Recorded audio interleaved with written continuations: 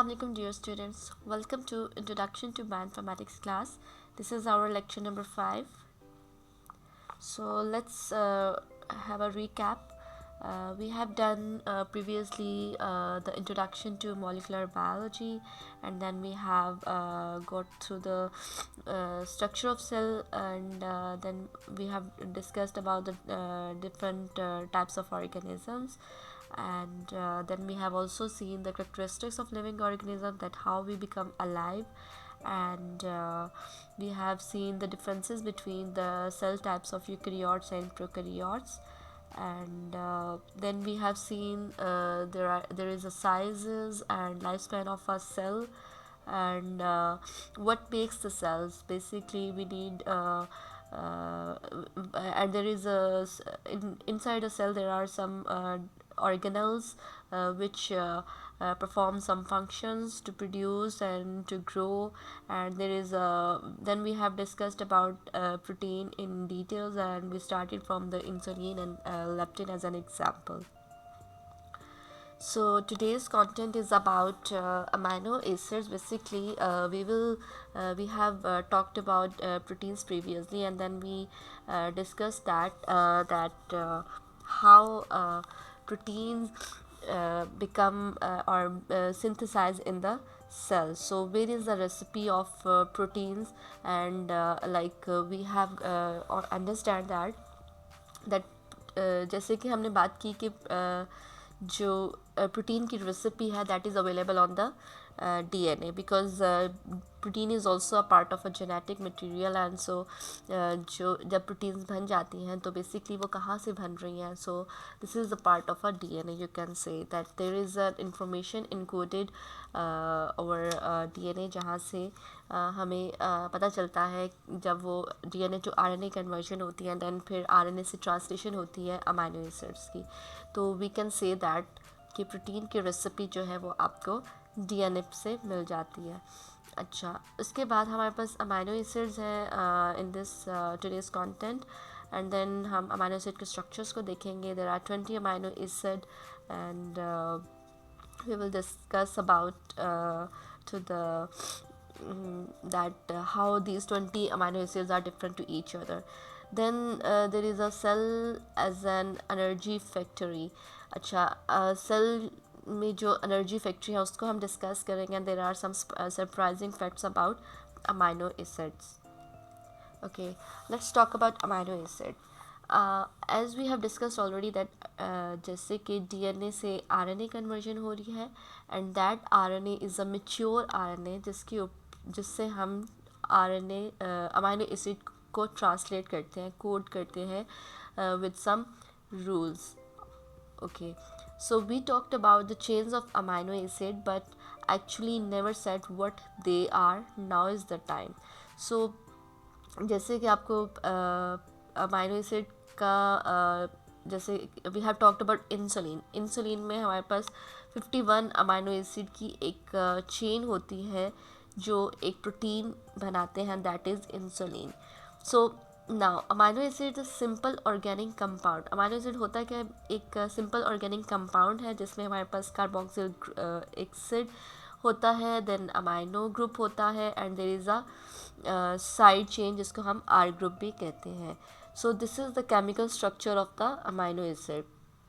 ये आपके पास जो लेफ़्ट साइड में है NH2 जो है वो आपका अमाइन ग्रुप है, और COOH जो है वो आपका कार्बोक्सिल ग्रुप है, एंड जो सेंटर में आपको ये R ग्रुप और साइड चेन नज़र आ रही है. सो this is the chemical structure of the amino acid.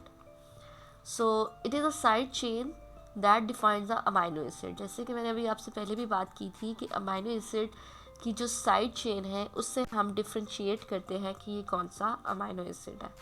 Okay, about 500 amino acids are known, though only 20 appear living in organisms. Okay, 500 amino acids are known biologically. Scientists have discovered 500 amino acids, but जो हमें 20 amino acids हैं वो these are present in the organisms or living organisms, और उनको basically उन 20 amino acid को हम decode कर सकते हैं. through the translation process. So which is not entirely true. Biology is full of exceptions, but this is not the right time to bother with them. Okay, as we know that there are many diseases are occurring day by day, many changes are occurring in humans and other living organisms day by day. So we scientists are searching and doing research on it, and आप ये कह सकते हैं कि हमें there are many exceptions in this in the biology field, because आप जो researchers हैं day by day new discoveries कर रहे हैं, न्यू डिस्कवरीज जो जेनेटिक मटीरियल में जो चेंजेस आ रहे हैं उन्हें डिस्कवर कर रहे होते हैं. सो we are not going in detail at this time. So some side chains are quite simple, as we have talked about कि जो साइड चेन है अमाइनो एसिड पे, उसके साइड चेन से हम डिफाइन करते हैं कि which amino acid is that. So side chain for amino acid called glycine. Okay, if we are talking about the most simplest amino acid from the 20 amino acid is glycine, because इसका जो side chain है that is consist of single hydrogen atom. So this is the chemical structure of the glycine. ये आपका right side पे आपको NH2 नज़र आ रहा है. This is the carboxyl group COOH, और this is the single atom of the hydrogen in glycine. So here all the 20 side chains and names of their corresponding acids, corresponding amino acids. So some are hydrophobic, and some are polar uncharged, and some are polar charged. Okay, in which these are all are the 20 amino acids when you will translate from RNA to amine or proteins.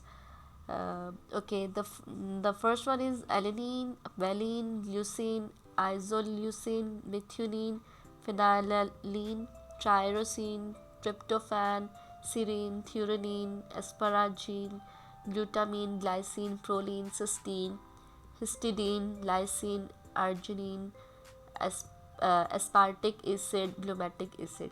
Basically these are the 20 amino acids. और इसमें you can see that alanine has a short, if we want to write it with the 3 letters ALA. Okay, and in the same way अगर आप दूसरे amino acid की basically when we denote while using ALA or with the single letter A, in the same way बाकी भी हम सारे amino acids में 3 letter के साथ भी डिनोट कर सकते हैं और सिंगल लेटर से भी डिनोट कर सकते हैं. और इसमें के आगे जो आपको CH3 नज़र आ रहा है, this is the side chain formula. So the most simplest one is glycine. You can सी कि यहाँ का इसमें जो साइड चेन है वो सिंगल हाइड्रोजन एटम है. सो हर अमाइनो एसिड का यहाँ पर आपको साइड चेन डिफरेंट नज़र आएगा, जिससे हम कह रहे थे कि we can differentiate among different amino acids. So proteins are the chains of amino acids. Single amino acid is a monomer, as a single unit.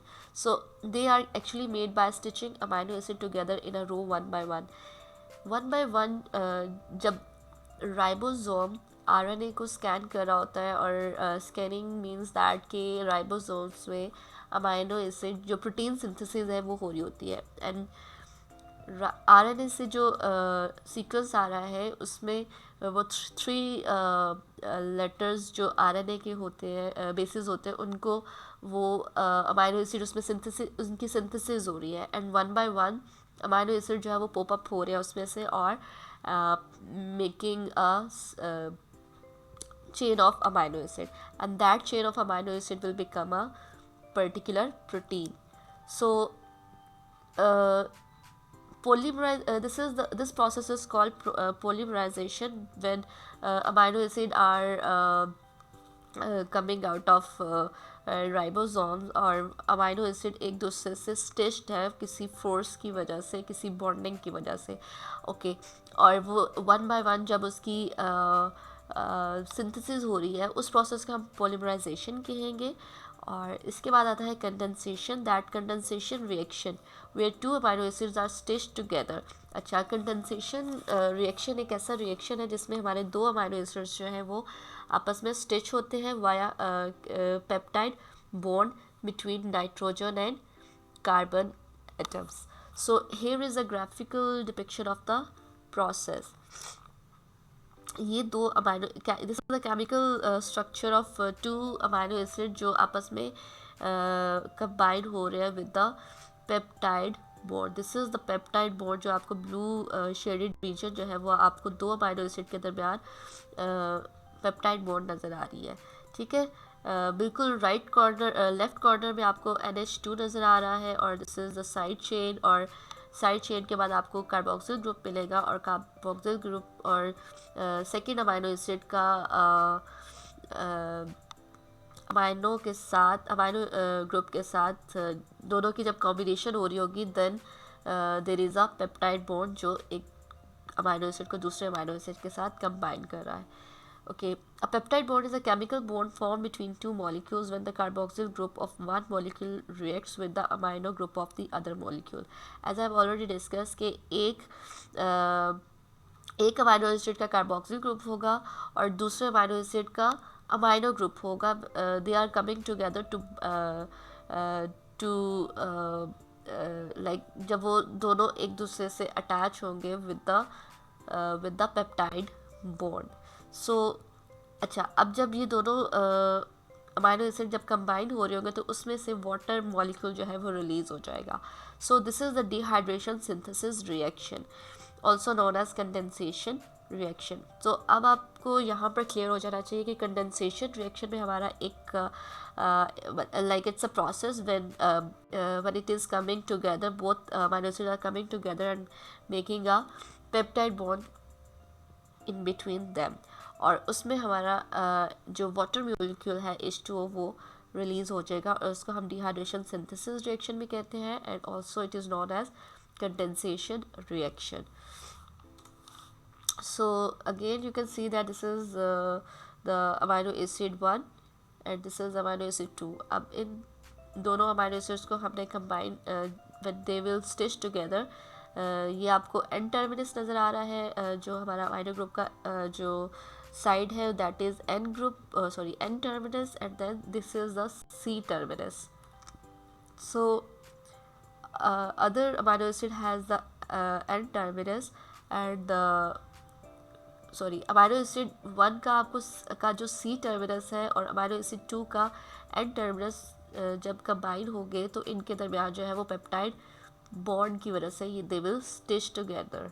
So you can see this green colour is the peptide bond और ये amino acid 1 और amino acid 2 के दरमियान जो है इनकी bonding हो रही है. और यहाँ पर when they combine to each other water molecule will get release. So cell as an energy factory. To dive deeper in trying to understand what is the role of protein in the cell, consider glycolysis. अच्छा, अब अगर हम protein के process या उसकी understanding करने के लिए हमें cell basically where protein is present, it is present inside the cell. जो कि हमने ऑलरेडी जो सेल के स्ट्रक्चर में देखा, देयर आर डिफरेंट ऑर्गेनेल्स और न्यूक्लियस में हमारा जेनेटिक मटेरियल प्रेजेंट है. जेनेटिक मटेरियल में DNA है और DNA ने रिप्रोड्यूस करना है, रेप्लिकेट होना है और ट्रांसलेशन होनी है टू मेक प्रोटीन्स. तो अब प्रोटीन के रोल को अंडरस्टैंड करने के लिए हमें ग्लाइकोलाइसिस के प्रोसेस को अगर हम समझ लें तो we will understand more easily. So this is one of the essential process and occurs in nearly all organisms. जो ग्लाइकोलाइसिस का प्रोसेस है जितने भी ऑर्गेनिजम्स हैं उनमें ग्लाइकोलाइसिस का प्रोसेस प्रेजेंट होता है. So it starts with the glucose which is converted to simpler molecules pyruvate in a sequence of 10 enzyme catalyst reaction. अच्छा, अब जो ग्लाइकोलाइसिस का प्रोसेस है उसमें 10 सीक्वेंस ऑफ 10 रिएक्शंस होते हैं. ग्लूकोज से ग्लूकोज जो है वो एंट्री पॉइंट है and pyruvate is the final stage of the glucose after converting. और इन ग्लूकोज से पायरुवेट तक पहुंचने के लिए इसमें 10 एंजाइम कैटलिस्ट रिएक्शंस जो हैं वो सीक्वेंस में परफॉर्म होते हैं.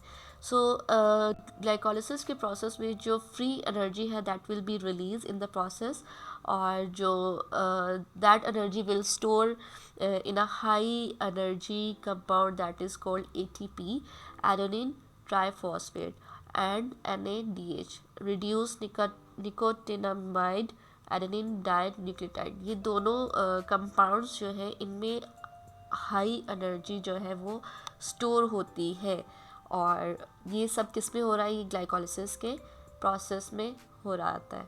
सो to simplify, glycolysis converts sugar into energy. जैसे शुगर से एनर्जी कन्वर्ट होती है that is stored in the cell. So following is the schematic presentation of reaction that take place. This is the graphical view of the glycolysis process. You can see this is the glycolysis and this is the final stage of the pyruvate. अब ये one glucose से conversion होगी glucose 6 phosphate, और इसमें enzyme use होता है hexokinase. अब यहाँ पर ATP बेसिकली एनर्जी रिलीज़ हो रही है एंड स्टोर हो रही है. अच्छा, इसके बाद ग्लूकोज 6 फॉस्फेट से ये कन्वर्ट हो रहा है फ्रुक्टोज 6 फॉस्फेट में, और इसमें एंजाइम यूज़ हो रहा है फॉस्फोग्लूकोज आइसोमरेज. ओके, फिर नेक्स्ट कन्वर्जन हो रही है फ्रुक्टोज 1,6-बाइफॉस्फेट में, और इसमें जो कन्वर्जन स्टेप के लिए जो एंजाइम यूज़ हो रहा है that is kind sort of a protein that is phosphofructokinase. And the next one is it divided into two, that is dihydroxyacetone phosphate, then glyceraldehyde 3 phosphate. इनमें जो एंजाइम यूज़ हो रहा है that is fructose bisphosphate aldose और triose phosphate isomerase. In the same way this is 1,3-phosphoglycerate and then 3-phosphoglycerate and then 2-phosphoglycerate phosphो enol pyruvate PEP भी हम इसको कहते हैं, and the final stage is pyruvate. Basically this is all step belongs to the glycolysis. This is the glycolysis pathway, and you can also say that it is the this is the metabolic pathway. So metabolic pathway में जैसे कि हम metabolism की अगर बात करते हैं, this is the step present in all types of almost all types of organism. So metabolism की अगर बात करते हैं तो what it happens, conversion of food to energy means that कि जो फूड है उससे हमें एनर्जी में कन्वर्जन होती है. Then this energy will help us to run cellular process. उसके बाद कन्वर्जन ऑफ फूड से हम क्या बिल्डिंग ब्लॉक्स में जो प्रोटीन है, लिपिड्स है, न्यूक्लिक एसिड है और दूसरे कार्बोहाइड्रेट्स हैं, उनको जो है वो फ्यूल मिल रहा है as a form of food या एनर्जी. ओके, फिर इसके बाद मेटाबॉलिज्म में और स्टेप्स कौन से होते हैं, एलिमिनेशन ऑफ मेटाबॉलिक वेस्ट. जितने भी वेस्ट है उनको जो है वो एंजाइम्स के थ्रू रिमूव किया जाता है. और इसके अलावा enzymes catalyse reaction allow organisms. अच्छा, कुछ ऐसे कैटलिस्ट और एंजाइम्स होते हैं they reacted and allow organisms to reproduce, to grow और to maintain their structure and respond to their environment. जितने जो सेल का स्ट्रक्चर है, सेल की प्रोसेसेस है, कंट्रोल उसको सबको कंट्रोल करने के लिए ये सारे प्रोसेसेस जो है वो मेटाबॉलिक या मेटाबोलाइट्स होते हैं या ग्लाइकोलिसिस के प्रोसेस में ये सब होता है.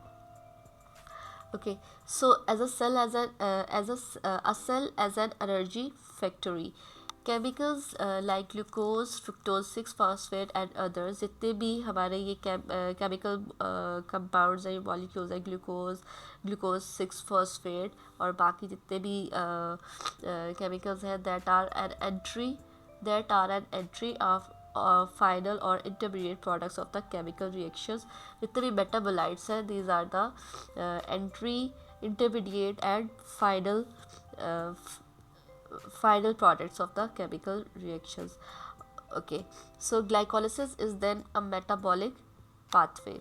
So how we can say that glycolysis is also the metabolic pathway, and I have discussed already कि metabolic pathway में हमारे पास क्या क्या होता है. फूड से हम एनर्जी में चेंज करते हैं, और सेलुलर प्रोसेस को रन करने के लिए मेटाबॉलिक पाथवेज में जो फंक्शनैलिटीज़ है, ये रोल होता है वो सेलुलर प्रोसेस को रन करने के लिए. फूड जो बिल्डिंग ब्लॉक्स को चाहिए होता है, प्रोटीन्स, लिपिड्स, न्यूक्लिक एसिड और बाकी सब कार्बोहाइड्रेट्स है. इसी तरह से एलिमिनेशन ऑफ वेस्ट मटेरियल है, and so on. So you can read about more detail in metabolic pathway कि ये कुछ पॉइंट्स अगर आपको याद रहेंगे तो आपको इस मेटाबॉलिक पाथवे और ग्लाइकोलिसिस को अंडरस्टैंड करने में इजी होगा. All the reactions in glycolysis are catalyzed by enzymes, और एंजाइम्स क्या होते हैं? These are the proteins that push the reaction which without them would not take place. Okay, अब ये जो प्रोटीन्स है basically these are also the catalyzed enzymes, और इनके बगैर जो है वो रिएक्शंस जो हो रहे हैं ग्लूकोज टू फ्रुक्टोज 6-phosphate में जो कन्वर्जन्स हो रही है that would not take place without proteins या catalyzed enzymes. So proteins in this pathway have strange names for a computer scientist are almost impossible to remember. अच्छा, अब ये हमारे लिए these enzyme names and chemical reactions, अगर हम इनके names याद करेंगे तो it will be very difficult for us, और हम वेरी स्ट्रेंज के how we can understand these things. But the basic thing is that you just know the concept of what is protein and what are the enzymes, or glycolysis process में metabolic pathway का क्या role है. और if you understand कि ये basically cell की growth, development और जितने भी सेलुलर प्रोसेसेस हैं उनको कंट्रोल करता है. Okay, proteins in this pathway have a strange name. Okay, we have discussed already this one. Say to convert glucose 6-phosphate to fructose 6-phosphate, the reaction involves enzyme called phosphofructokinase. जैसे कि glucose 6-phosphate में अगर हम convert करते हैं fructose 6-phosphate है, तो इसमें जो एंजाइम यूज़ हो रहा है दैट इज़ फोस्फोग्लूकोज आइसोमरेज. तो इस रिएक्शन के बगैर जो है ये conversion was impossible. So luckily we will not need to remember any of these, but it is at this stage essential to know that almost no reaction in living organism would take place without them. अच्छा, अब हमें इन reactions के enzymes और reactions के names याद करने की बिल्कुल भी ज़रूरत नहीं है. We just need to know the basic knowledge of glycolysis. What is glycolysis, what are the metabolites. तो we understood that we were talking about amino acid, and amino acid is this long chain of proteins are the includes the long chain of amino acid. So you got to know that कि इन enzymes जो proteins हैं इनके बगैर जो है ये reaction जो है वो इम्पॉसिबल है. So proteins are there for essential part of the metabolic pathways, and these are what makes the cells alive. अब सेल को अलाइव रखने के लिए मेटाबॉलिक पाथवे बहुत ज़रूरी है, और इनको रिएक्ट करने के लिए हमें प्रोटीन्स की ज़रूरत पड़ती है. So some more surprising fact, the size of the typical protein is 5 nanometre. As we know that कि जो सेल हमारी बॉडी के या ह्यूमन बॉडी या जितने भी लिविंग ऑर्गेनिज्म है, cell is the smallest unit of the building block. और अब यू कैन सी दैट कि जो मिल्की वे है या गैलेक्सी है उसमें जो स्टार्स हैं उसमें भी हमारे 200 टाइम्स मोर जो है वो हमारे सेल्स हैं.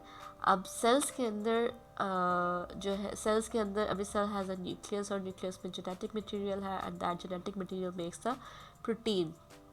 तो proteins basically I wanted to tell you that कि the size of the typical eukaryotic cell जो है वो 500 म्यूमीटर है. So you can see that कि जो प्रोटीन का साइज है which is the most smallest than the cell, because cell के अंदर जो है वो प्रोटीन प्रेजेंट है, और the diameter of the cell is about 10,000 times bigger in diameter than average protein. अच्छा, अब जो सेल का जो which is we have already discuss कि सबसे स्मॉलेस्ट यूनिट है सेल. अब सेल का जो diameter which is the 10,000 times जो है वो प्रोटीन के साइज से बिगर है.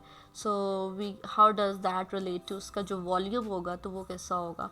In case there are about 1 million protein molecules in each cell. हर सेल में 1 billion protein molecules are present. So there are overall but about 2 billion different proteins in human organisms. तो 2 billion different types of proteins जो है human organisms है. और जो longest one जो है that is एक जो कोई प्रोटीन है उसमें जो अमाइनो एसिड की जो चेन लेंथ है that is 27,000. So some surprising facts are proteins have their life span. जैसे कि सेल का लाइफ स्पैन है, इसी तरह से प्रोटीन का भी लाइफ स्पैन है. They grow, they die and they control the cellular functionalities. They do not last for ever. जैसे ह्यूमंस की एक लाइफ टाइम है, लाइफ स्पैन है. दे हैव टू उनकी बर्थ होती है एंड देन फिर one day they become die. इसी तरह से सेल्स की भी लाइफ स्पैन और प्रोटीन्स की भी लाइफ स्पैन होती है. So they degrade in a matter of hours. कुछ ही घंटों में वो जो प्रोटीन्स है वो डिग्रेड भी हो जाते हैं. सो now is the question, somebody has to make proteins, who, where. As we have already discussed कि proteins को वो जो है प्रोटीन्स कैसे बन रही है जेनेटिक मटेरियल में, और वो सेल की कहाँ किस पोर्शन में या कौन से ऑर्गन्स हैं जो प्रोटीन्स बना रहे हैं. So this question should be come in to your mind कि ये सब कैसे हो रहा है. So is there a factory for each of the 2 billion different proteins. जो 2 billion different proteins like they are synthesized and then they are degrade as well in a matter of hours. तो 2 billion proteins जो है वो कैसे manage हो रही है, और उनकी ऐसी कौन सी मशीनरीज हैं, सेल की कौन से ऐसे ऑर्गेनल्स हैं जो प्रोटीन्स को बना रहे हैं. सो और is there a single factory, क्या वो सिंगल फैक्ट्री है या कोई उनकी कोई रेसिपी है, और वो रेसिपी कहाँ पर मिलेगी आपको. So this is the question for the next lecture, and we will discuss this recipe in the central dogma of molecular biology. So thank you for today's lecture.